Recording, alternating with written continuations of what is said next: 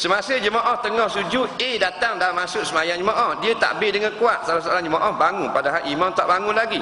Adakah batal solat orang tersebut? Tengah sujud ramai-ramai, mari seorang ni degok, Allahu Akbar, gigi takbir kuat. Ni masalah, dengar molek-molek. Yang boleh takbir kuat imam saja atau muballigh yang belakang. Kalau di masjid besar ada muballigh. Imam takbir kuat, takbir ihram, takbir intiqalah. Apa hikmah dia? Supaya makmum dengar. Bila dengar senang pergerakan makmum, jadi sama. Nampak?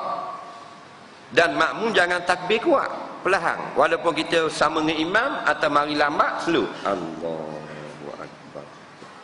Kerana apa guna kita nak kuat? Faham? Takbir ihram maknanya takbir masuk semayang. Tidak disyaratkan kuat. Syarat al-isma' binafsi. Dengar di telinga sudah.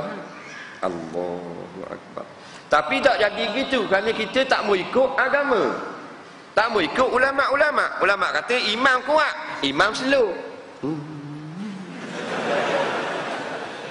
Ulama' kata makmum slow, dia makmum pula kuat. Allahu Akbar. Sami Allahu liman hamidah. Jadi terbalik tau. Terbalik habis dah, apa tu tak apa?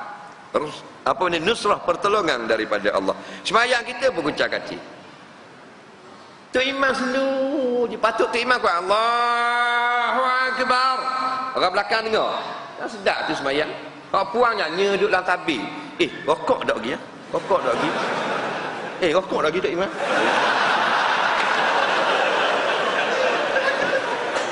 Ini masalah. Dah slow nak ke imam?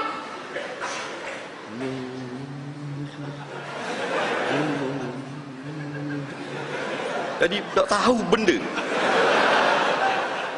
Dah esok kuat. Allahu Akbar. Semalam slow. Lah, elang masuk dah. Bukan sini, kat lain. Ini bukan kata Malaysia, itu berlaku di Korea. Jadi imam kena kuat. Mula-mula masuk Allahu Akbar, biar gepa satu masjid. Faham? Bangun sami Allahu liman hamidah. Mah tu. Nak bawa orang belakang tu, dua tiang tu belakang kalah. Senang. Imam rokok. Ni makmum pula orang tengah sujud, patut mari slow dah.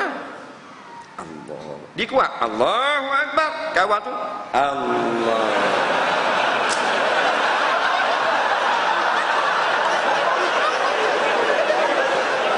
Jadi kacau ni kata mudarat ke orang ramai. Tak?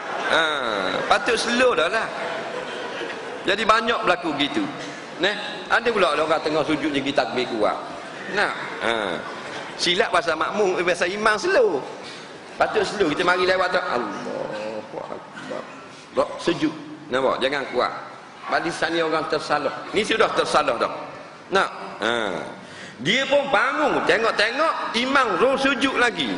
Makmum kacau. Maka gua ni nak buat, wajib kena sujud semula. Sujud tersebut tidak diambil kira. Faham tak?